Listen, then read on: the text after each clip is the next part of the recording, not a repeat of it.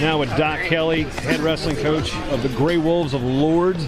Is it Lourdes or Lourdes? That's the one question people get. It's Lourdes. Lourdes. Yes, sir. Yes. So my buddy went to a Catholic high school in Minnesota, called it Lourdes.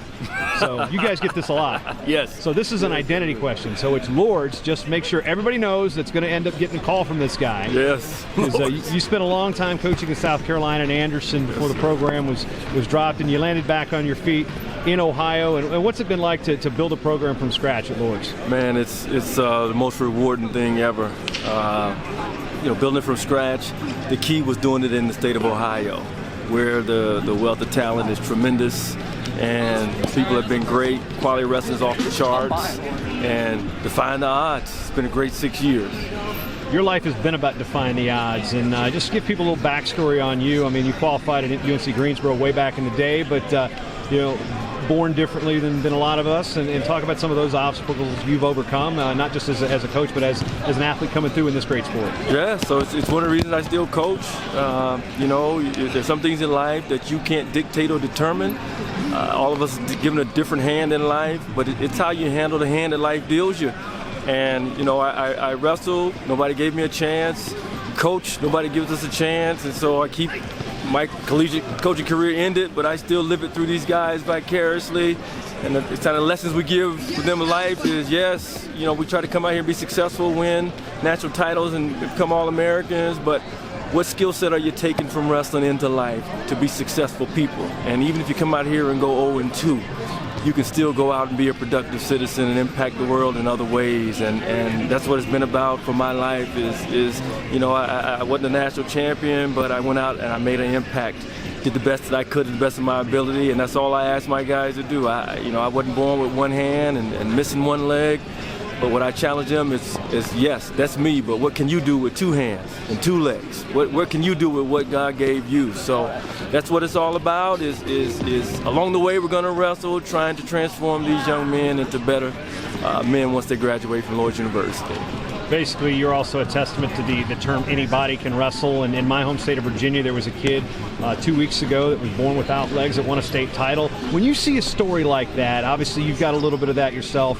What's that make you feel about the sport of wrestling and the opportunities it provides? Man, it warms my heart beyond belief.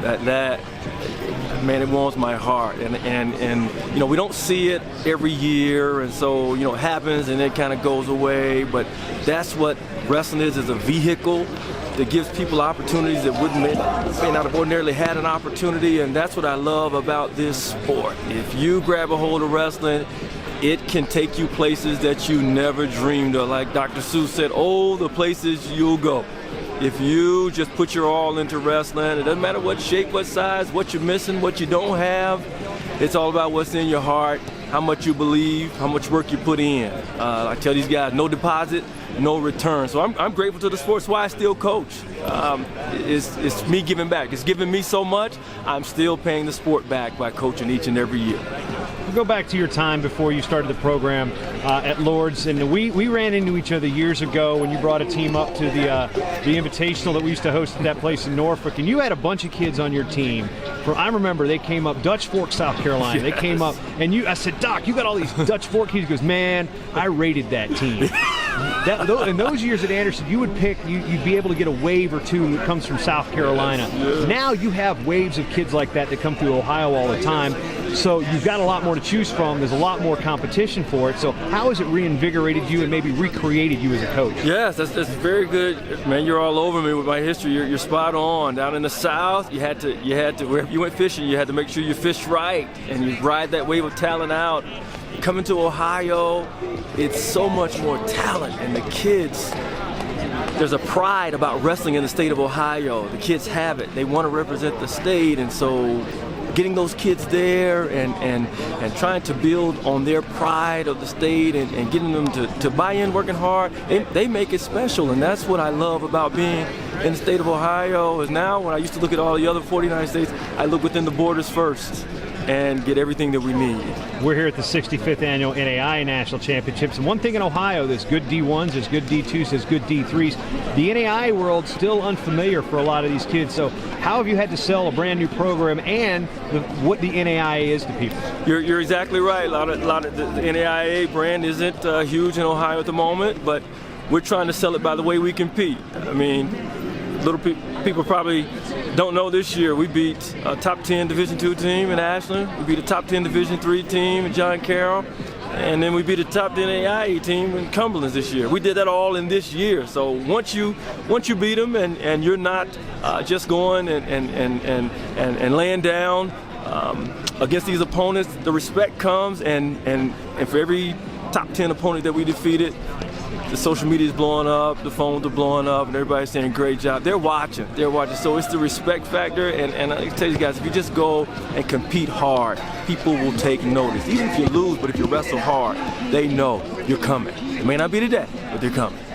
You know, we always say the term, you crawl before you can walk, and that's kind of been the case here with Lourdes. As you get one guy through, then you get one guy on the podium, then you get a couple guys through, then you get a couple guys on the podium, then you get national champions. So what's that slow build like, and what are your expectations coming into this year's tournament?